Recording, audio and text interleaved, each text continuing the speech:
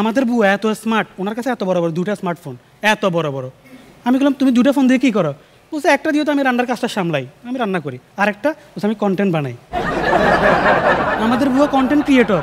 আমরা দেখাইলো ভাই, বিশ্বাস করেন টিকটকের 1.2 মিলিয়ন ফলোয়ার, ওই ইনফ্লুয়েন্সার। সব থেকে বেশি ইনফ্লুয়েন্স করছে কাকে জানেন? আমাদের বাসার লোকজনকে। আমাদের বুয়া আমাদের কথায় চলে না, আমরা আমাদের বুয়ার কথায় চলি। ভাই যা তা রান্না করে দিয়ে খাইতে হয়, কিচ্ছু বলতে পারি না। ও এত বাজে রান্না করে, ও আমাদেরকে রান্না করে দিয়ে নিজে অনলাইন থেকে অর্ডার করে খায়।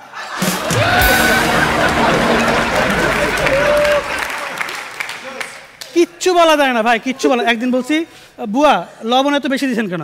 বলছে দেখেন মামা, আমি লবণ বেশি খাই, ও লবণ বেশি খায়, দেখছেন কি অবস্থা।